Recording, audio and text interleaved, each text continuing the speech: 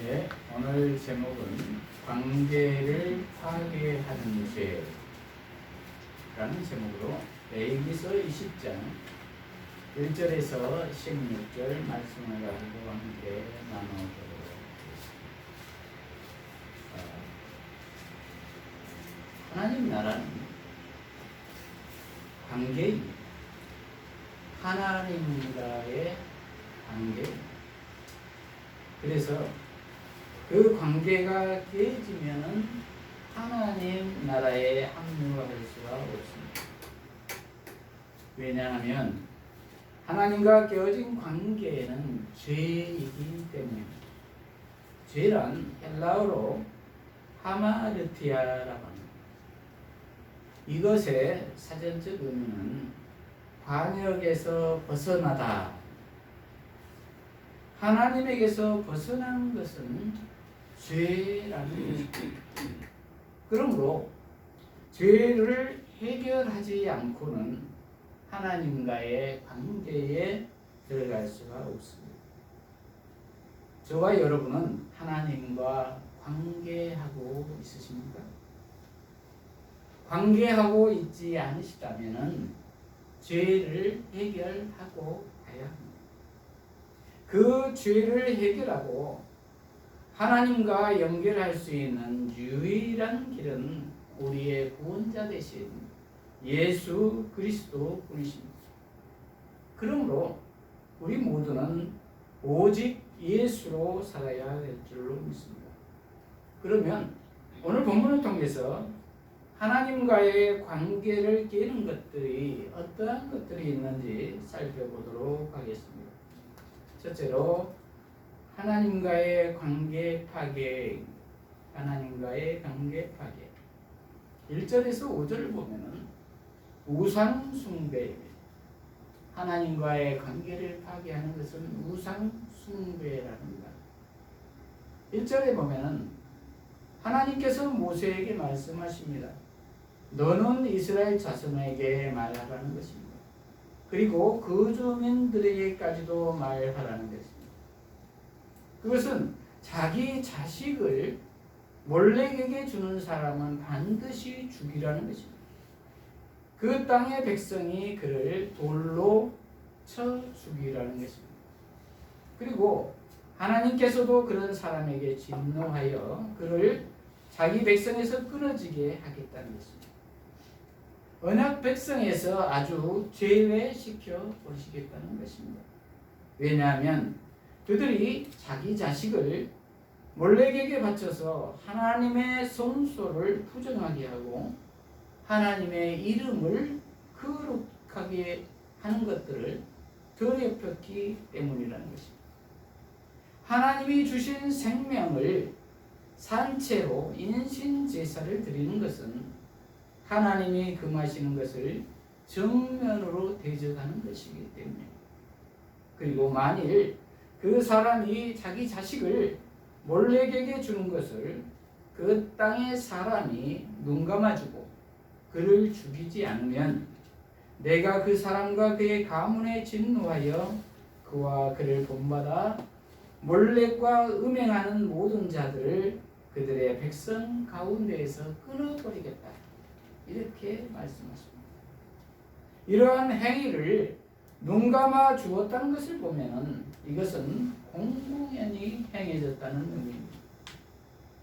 하나님의 엄미하신 말씀입니다. 그러면 몰렉이 무엇이기에 이렇게 하나님이 진노하십니까? 몰렉은 암송아지 머리에 두 팔을 벌리고 있는 사람의 모습입니다. 몰렉은 암몬 족속의 주 신으로서 다산과 풍요와 번영의 신입니다. 이 우상은 그 당시 가나안, 지금의 레바논, 시리아 등에 퍼져 있었습니다. 암몬 족속은 이 암송아지 형상을 한 우상 몰렉을 태양의 신이라고 믿고 자신의 자식들을 불에 태워 바치는 것으로 우상을 숭배했습니다. 그래서 몰렉에게 제사를 드리면 물질적 풍요와 번영과 다산과 농작물이 잘 된다는 것입니다. 그래서 벌겋게 달궈진 몰래의 손바닥에 어린 자녀를 올려놓습니다. 그러면 그 어린 아이는 달궈져서 밑에 불구덩 위로 떨어집니다.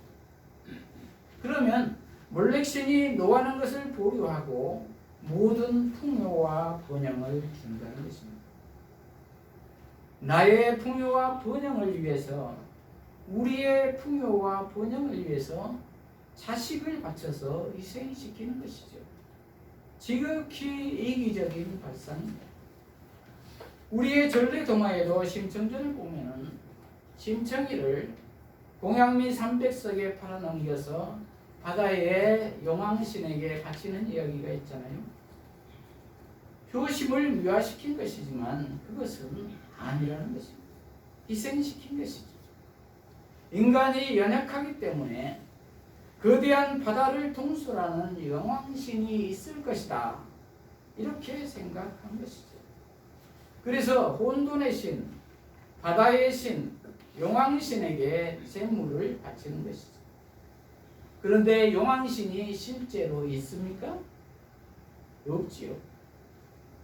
그런데 인간들은 자신들의 연약함을 위안 삼아서 마음을 달래는 것이죠. 신에 대한 영역을 모르니까 되면 되고 아니면 말고식입니다. 푸념입니다. 그런데 하나님은 이런 태도를 싫어하신다는 것입니다. 왜냐하면 버젓이 살아계신 창조주 하나님을 놔두고 자신들의 욕구를 채워줄 신을 만들어 놓고 그 위에 기대를 걸고 가장 소중한 것들을 바치는 것을 싫어하신다는 것입니다. 특히나 가장 소중한 자녀의 생명을 산채로 죽이는 일을 가장 싫어하신다는 것입니다. 그것은 생명의 주인이신 하나님을 정면으로 대적하는 것이고 투명 인간 취급하는 것이고 모독하는 것이나 다름없기 때문입니다. 우리 인간을 창조하시고 하나님의 자녀로 삼아 주었더니 하나님의 소중한 자녀의 생명을 죽이고 하나님을 아버지로 인정하지도 않고 자기 탐욕을 위하여 다른 것들을 더 숭배하는 모습들에 대해서 노하신다는 것입니다. 저와 여러분은 어떻습니까? 성공과 번영과 출세를 위해서 자녀를 이 세상 문화에 내버려 두지는 않습니까? 이 세상 문화는 어떠한 문화입니까? 돈과 권력과 명예가 최고인 시대입니다. 그것을 위해서는 영혼도 팔아버리는 시대입니다. 그때 당시도 마찬가지였습니다. 모세가 살던 당시는 레위기가 예수님 오시기 전 BC 1450년에서 1400년경에 쓰여졌기 때문에 예수님 오신 지가 2000년이 지났으니까 지금으로부터 약 3500년 전이나 되겠죠. 그런데 그때 당시나 지금이나 마찬가지인 것 같지 않나요? 인간의 속성은 예나 지금이나 똑같은 것 같습니다. 그 당시는 모세가 이집트에서 출애굽에서 나온 직후니까 이스라엘 백성들이 섬기던 이집트의 문화라고 볼 수가 있겠습니다. 이스라엘 백성들이 노예로서 섬기던 이집트의 상류층의 문화들이 그랬다는 것이죠. 그리고 이스라엘 백성들이 앞으로 정복해야 할 가나안 땅의 문화도 역시나 마찬가지였다는 것입니다. 자신들의 풍요를 위해서 자식을 희생시키는 풍습이 관습화되어 있었다는 것이죠. 그때나 지금이나 나만 좋으면 그만이다라는 생각이 팽배해 있는 것 같습니다.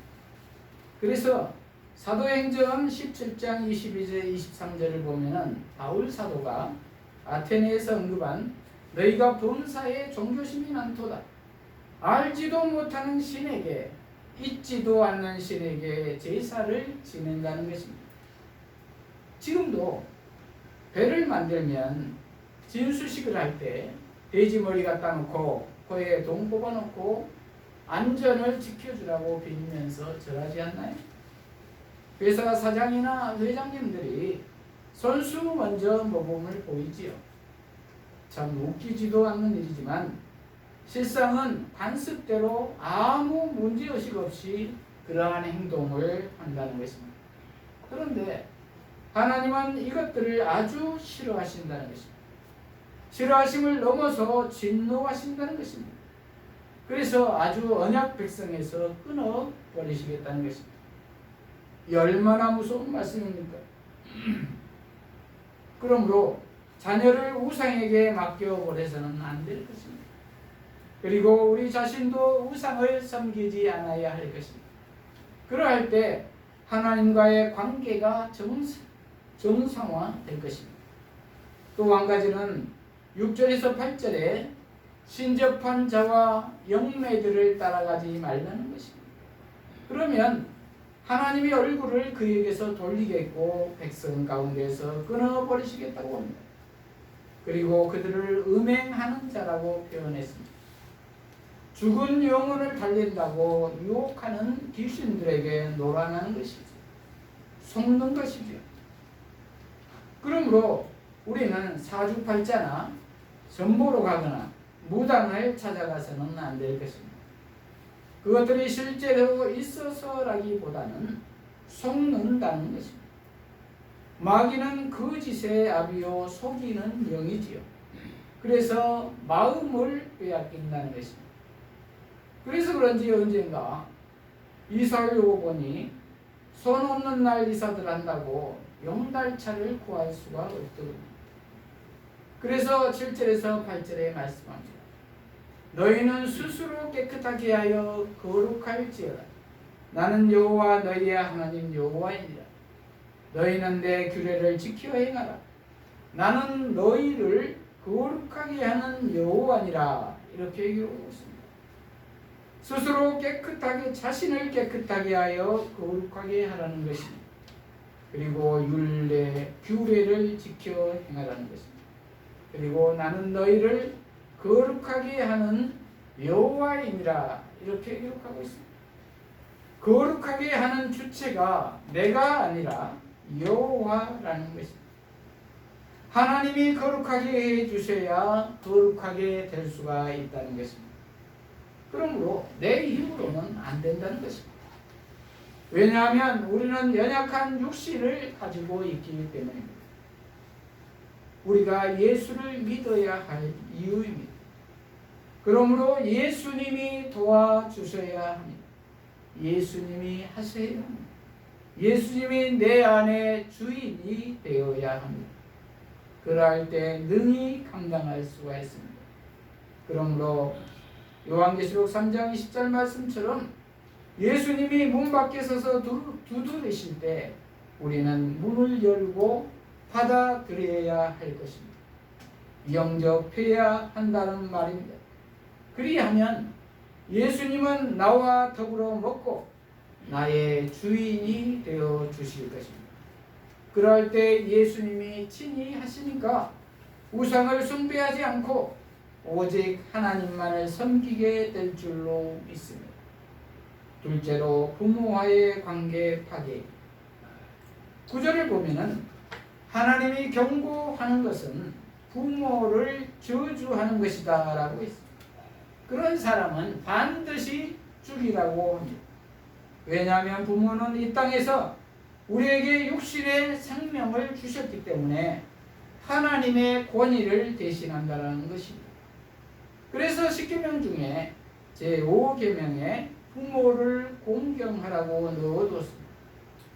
1절에서 4계명까지는 하나님을 사랑하라는 계명이지요. 그리고 이웃사랑의 첫째 계명이 제5계명에 부모를 공경하라고 되어 있습니다. 그러므로 하나님처럼 부모를 공경해야 한다는 것입니다. 그리고 6계명부터는 이웃사랑에 대해서 구체적으로 나오고 있습니다. 성경의 내용을 한 단어로 이야기하면 사랑이지요. 그래서 하나님은 사랑이시라 라고 요한일서 4장 8절은 말씀하고 있습니다. 그래서 구분하면 10계명을 하나님 사랑, 이웃 사랑으로 말할 수가 있겠습니다. 그 견인차 역할을 하는 것이 가운데 5계명의 부모를 공경하라인 것입니다. 그러므로 아무리 믿음 좋은 사람이라고 할지라도 부모를 함부로 대하고 저주하는 사람을 우리는 믿음 좋다고 말하기가 어려울 것입니다. 그래서 그러한 사람을 기본이 안 됐다고 했습니다. 그런 사람은 하나님과 관계하기가 어렵다는 것입니다. 그러므로 우리는 부모님을 자격 여부를 떠나서 공경해야 할 것입니다. 셋째로 이웃과의 관계 파괴합니다. 이웃과의 관계 파괴. 10절에서 16절까지는 이웃과의 관계 파괴가 구체적으로 나옵니다. 3500년 전에 쓰여졌던 기록이 꼭 오늘날 우리가 사는 시대를 이야기하고 있는 것 같습니다. 하나님이 성령님을 통해서 성령의 감동으로 쓰지 않으면 쓸 수 없는 놀라운 일입니다. 남의 아내와 간음하는 자, 그의 아버지의 아내와 동침하는 자, 아들의 며느리와 동침하는 자, 동성연애하는 자, 아내와 장모를 함께 취하고 사는 자, 짐승과 교합하는 자입니다. 이것은 남의 가정을 파괴하는 것뿐만 아니라 자기 가정도 파괴하는 것이라는 것입니다. 이것은 사회의 악입니다. 가정은 큰 구조를 이끌고 가는 가장 기본적인 최소단위입니다. 그러므로 거기에서 동력을 얻지 못하면 아무리 큰 것을 이루어도 다 모래성이라는 것이죠. 그러기에 이웃을 파괴하는 행위를 엄하게 다룹니다. 특히 그 중심에 성적인 것을 거론합니다. 마지막 때에는 이렇듯 성적인 타락이 극에 달한다는 것입니다. 그리고 그것이 가정과 사회의 질서를 어지럽힌다는 것입니다. 그리고 언약 백성 전체를 부패하게 만든다는 것입니다. 그리고 짐승과 사람도 구분을 하지 않고 수관을 한다는 것입니다. 그러니 하나님이 탄식하시지 않겠어요? 하나님의 거룩한 형상으로 만들어 놓았더니 짐승의 모습으로 사니 기가 막히시겠죠. 그러므로 하나님은 이것들을 그냥 두시지 않습니다. 반드시 죽이십니다. 왜냐하면 창조 질서를 문란하게 하기 때문입니다. 정리하면 4가지입니다. 몰렉제사, 근친상간, 동성애, 수간입니다. 이것이 출애굽 당시에 이스라엘의 상전인 이집트의 문화이자 이스라엘이 이제 들어갈 가나안 땅 원주민의 만연한 풍속이었습니다. 지금 우리가 살고 있는 이 세상은 어떻습니까? 이와 비슷하지 않습니까? 그러므로 우리는 더욱 경성하여 깨어 기도하며 근신해야 할 줄로 믿습니다. 남이 보지 않는다고 아무렇게나 살아서는 안 될 것입니다. 하나님 앞에서 살아야 할 것입니다. 하나님은 거룩을 원하십니다. 거룩은 구별됨입니다. 구별됨. 거룩은 하나님이 기뻐하시는 일을 하는 것이고 하나님이 혐오하시는 일을 멀리 하는 것입니다. 그러나 우리 스스로는 거룩하게 살 수가 없습니다. 왜냐하면 우리는 연약한 육신을 가지고 있기 때문입니다. 그래서 에베소서 2장 3절 말씀에는 인간은 본질상 진노의 자녀라고 말씀하고 있습니다. 누구나 그럴 수가 있다는 말입니다. 그러므로 거룩하게 살려면 어떤 누군가가 도와주셔야 되는데 그분이 예수님이라는 것입니다. 부활 생명이신 성령님이신 예수 생명이라는 것입니다.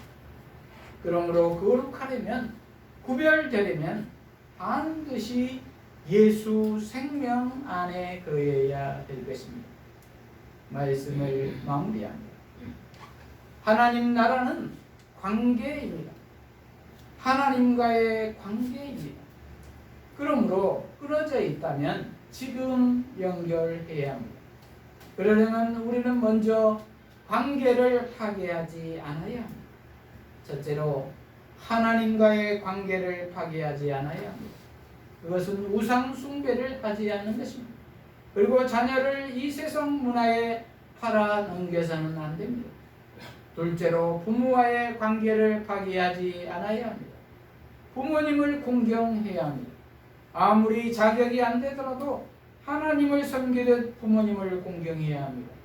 왜냐하면 부모님은 우리에게 육신의 생명을 주셨기 때문입니다. 그래서 이 땅에서 하나님의 권위를 대신하기 때문입니다. 셋째로 이웃과의 관계를 파괴하지 않아야 합니다. 이웃의 아내와 남편을 취해서는 안 됩니다. 이웃의 가정을 파괴해서는 안 된다는 말입니다. 그리고 근친 상간을 하지 않아야 합니다. 동성애를 하지 않아야 합니다. 짐승과 교합하지 않아야 합니다. 하나님의 거룩함을 지켜야 합니다. 그러기 위해서는 우리는 하지 않는 것을 넘어서서 이제는 해야 합니다. 주의 율례를 지켜야 한다는 말입니다. 거룩해야 한다는 말입니다. 그러기 위해서는 예수님께 나아가야 합니다. 예수님이 하시도록 해야 합니다. 예수님이 나의 주인이 되어야 합니다. 그러할 때 넉넉히 감당하실 줄로 믿습니다.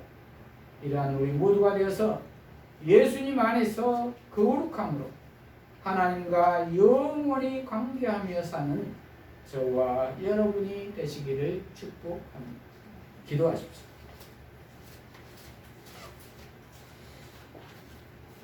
하나님 아버지, 오늘 관계를 파괴하는 죄에 대해서 깨닫게 하시니 감사합니다. 우리 모두가 우상 숭배를 하지 않으므로 하나님과의 관계를 파괴하지 않게 하시고 자녀를 몰래 신에게 이 세상의 풍요와 번영에 팔아